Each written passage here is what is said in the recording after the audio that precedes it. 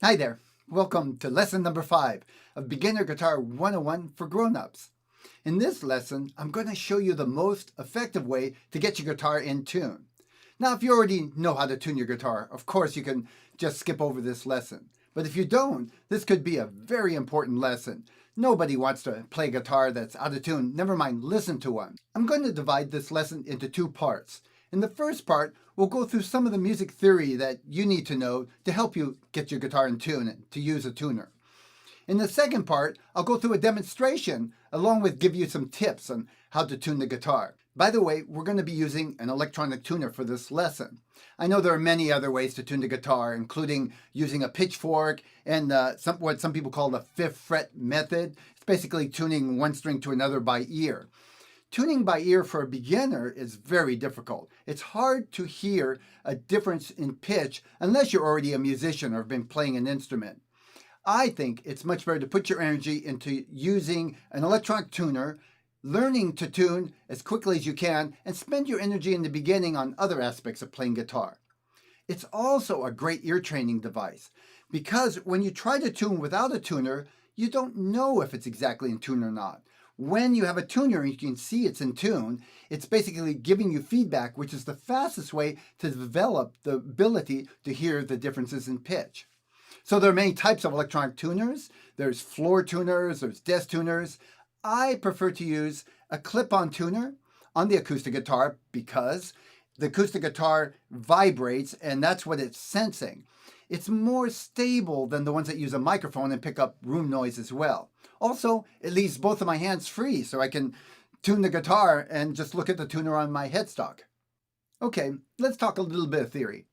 Now, we already talked about the names of the strings. That was in a previous lesson. What? You skipped over that? Hey, go ahead, go back to that lesson if you did and practice the names of the strings. You're going to need it for tuning the guitar. This is where it comes in handy. Next, I want to talk about a concept of sharp and flat.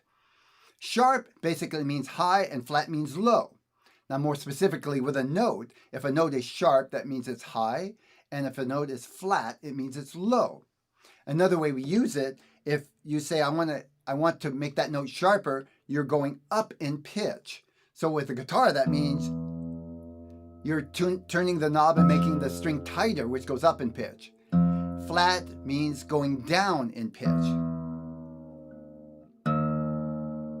Now, where you use it when you're tuning the guitar is you'll get the note that you want, let's say in this case a low E, and then you'll see a dial on the tuner that says either to the left, which means flat, or to the right, which means sharp.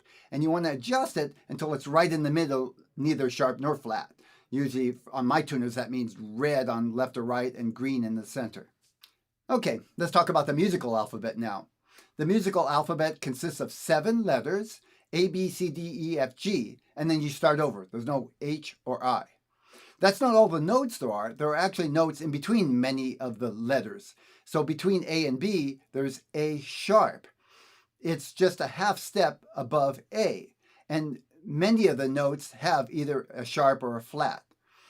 There are 2 pairs of notes that there is no sharp or flat, and that's between B and C and E and F. You want to memorize those 2.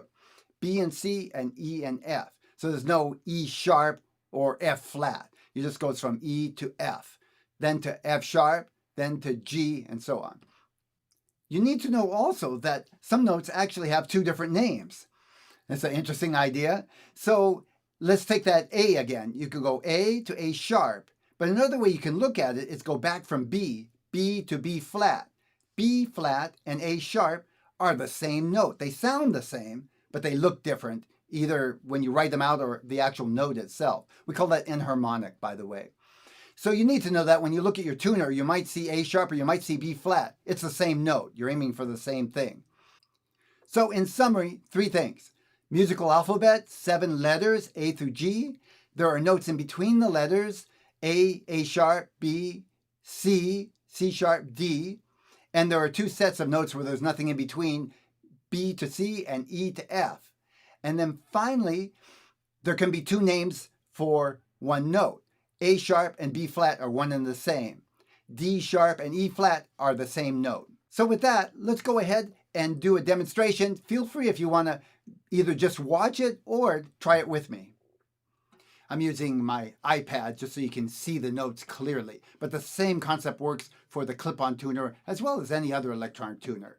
And sometimes it's a dial, sometimes it's a little line, but it's the same idea. And usually red means it's out of tune and green means it's in tune. So I'm going to start with this low E note. The idea is to get it to the note first and then tune the note. For low E, I want to get to E. You'll notice this is flat, E flat. That means it's too low. Whoops, I got to bring it up first. I went down instead of up. So I'm aiming for E. I got to get past E flat. Green on E flat doesn't work. I need E.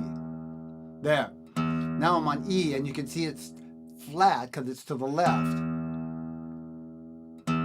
Bringing it up, higher. And there we are.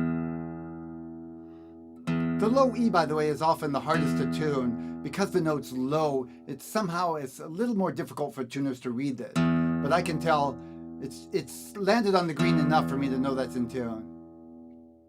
Okay, now I'm going to untune the rest of the strings. And we're going to practice tuning the whole guitar. I'll start with the 5th string now, the A. It's on A flat. I got to bring it up to A first. By the way, it always is better to bring it up to the note instead of come down and leave it there. It'll stay in tune better if you do that. The string tends to catch a little bit on the nut of the guitar if you go down to it. So I got to get to A. Now I'm on A. I want to get in tune. Green. There we are. That one was more stable. Now let's go for the D string, the 4th string. E flat, that means I'm too high. That's higher than D. Get down to D, but I want to go a little below it and then bring it back up. There we go. D is in tune. Now let's go to the G string. F sharp, that's too low. Bring it to G first. Now get it to green. Whoops, I went a little high. I'm going to bring it back down again.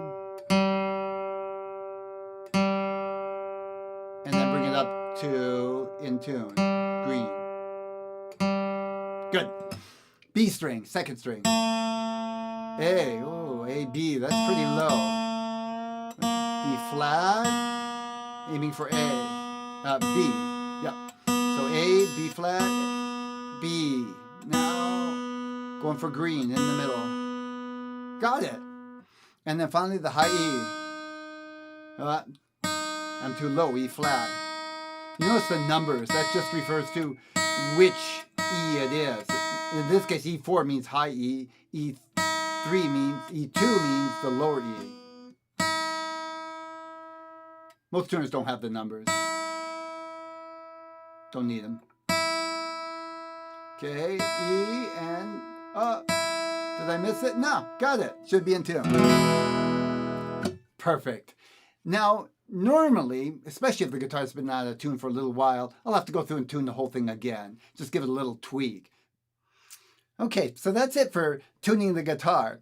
This is something you need to go and practice. It's not usually something somebody can explain to you and you get it right out of the gate. So be patient with yourself. I'd suggest doing a little bit each day for a week or so, and you should feel pretty confident by then. In the next lesson, number 6, we're going to talk about how to hold the pick properly and some tips on getting a good smooth strum. I'll see you there.